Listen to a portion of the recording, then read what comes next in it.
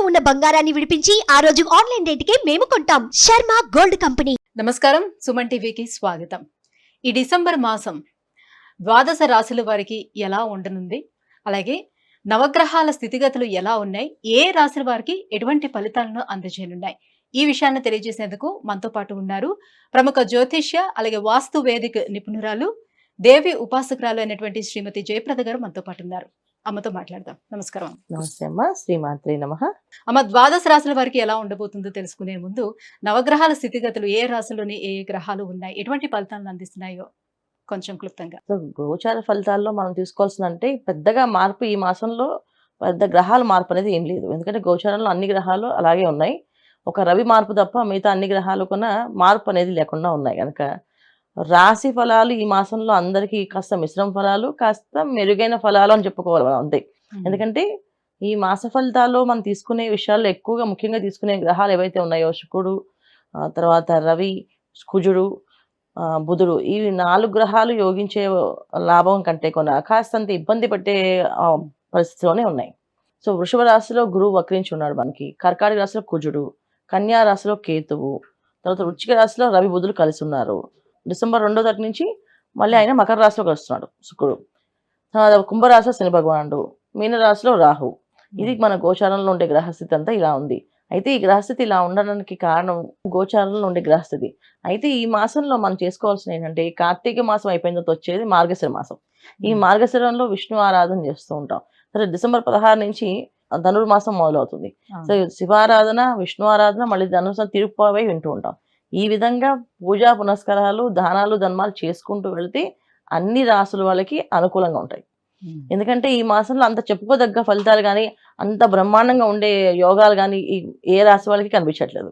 కాస్తంత ఇబ్బంది పడే లక్షణాలే కనిపిస్తున్నాయి. కనుక మనం ఎక్కువ అవన్నీ మైండ్లో పెట్టుకోకుండా రాశి ఫలాలు వినడము, దాని దగ్గర పరిహారం ఏం చేసుకోవాలో అది మాత్రం తెలుసుకొని ఆ పరిహారం చేసుకుంటూ ముందుకు వెళ్తుంటే ఈ మాసం అలా గడిచిపోతుంది. అమ్మ, కర్కాటక రాశి వారికి డిసెంబర్ మాసం ఎటువంటి ఫలితాలు రాబోతున్నాయి? వాళ్ళకి ఏ గ్రహాలు అనుకూలంగా ఉన్నాయి, ఏ గ్రహాలు ప్రతికూలంగా ఉన్నాయి? తప్పకుండా నాన్న. కర్కాటక రాశి వాళ్ళకి అన్ని గ్రహాలు అనుకూలంగా కంటే ప్రతికూలంగానే ఉన్నాయి. అయితే ఏంటంటే కర్కాటక రాశి వాళ్ళు ఈ మాసం చక్కగా మేనిఫెస్ట్ చేస్తాం కదా, మామూలుగా మనం హ్యాపీగా ఉంటాం, చాలా బ్రహ్మాండంగా ఉంటాం అనేది. ఆ విధంగా ఈ మాసం వీళ్ళు చేసుకుంటూ ఉంటే అన్ని ఉత్తమమైన మార్గాలు వస్తాయి. ఎందుకంటే కర్కాటక రాశి వాళ్ళకి ఈ విషయంలో బాగుంటుంది అని చెప్పేదానికంటే కూడా కర్కాటక రాశిలోనే కుజుడు ఉన్నాడు. కర్కాటక రాశిలో కుజుడు ఉన్నాడు. అక్కడ కుజుడు అక్కడ ఆ ప్లేస్లో ఏంటంటే నీచ స్థితి అనమాట, అంటే బలహీన పడతాడు.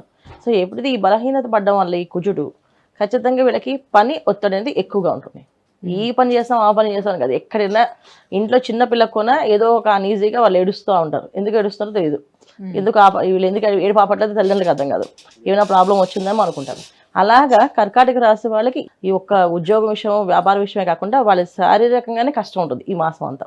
సో మేనిఫెస్ట్ ఎందుకు చేసుకోవాలని చెప్పామంటే అంత హ్యాపీగా ఉంటుంది, ప్రతిదీ బాగుంటుంది, గొప్పగా బాగుంటుంది అనుకుంటూ వెళ్ళడం వల్ల చాలా ఉత్తమ మార్గాలు ఉన్నాయి.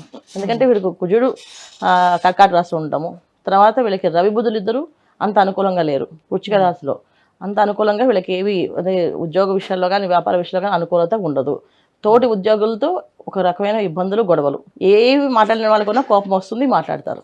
ఎప్పుడు కూడా ఎవరితోటి మాట్లాడరండి వీళ్ళు, అయినా సరే వీళ్ళు ఎందుకు వాళ్ళు మాట్లాడి గొడవ పెట్టుకున్నారు ఈయన అనుకుంటే అది కర్కాటక రాశిలో ఉన్న కుజుడు ఉన్న ప్రభావం.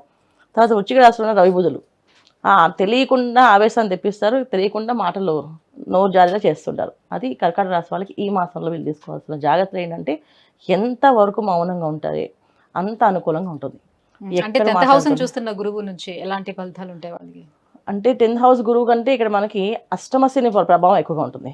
ఎప్పుడైతే శుభగ్రహాల కంటే పాపగ్రహాలు ఎక్కువ ఆధిపత్యం ఉంటుందో వాటి ఫలితాలే ఉంటాయి. ఇప్పుడు ఒక గురువు ఒక్కడే వీళ్ళకి దశమస్థానాన్ని లాభస్థానంలో గురువు వక్రించి దశమస్థానాన్ని చూస్తున్నారు.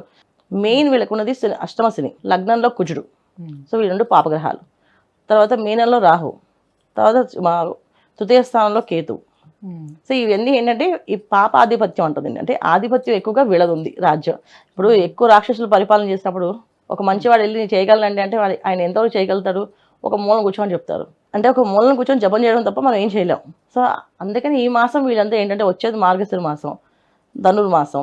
ఈ మాసంలో చక్కగా హాయిగా ప్రశాంతంగా పూజ చేసుకుంటూ భగవంతుడు సన్నిధానంలో ఎక్కువ గడుపుతూ బయటికి వెళ్ళే వాళ్ళు, ఉద్యోగాలు వ్యాపారం చేసేవాళ్ళు మాత్రం బయటికి వెళ్ళేటప్పుడు ఖచ్చితంగా గుడికి వెళ్ళి దేవాలయంలో కాసేపు ప్రదక్షిణాలు చేసి కాస్త అర్చన చేయించుకొని వెళ్తూ ఉంటే అన్నీ అనుకూలంగా ఉంటాయి. అంటే ఎందుకంటే ఇన్ని గ్రహాల అనుకూలత పొందాలి అని అంటే అసలు ఏ దేవుడిని ఆరాధించాలి అని? ఖచ్చితంగా కర్కాటక రాశి వాళ్ళు గణపతిని ఆరాధించుకోవాలి.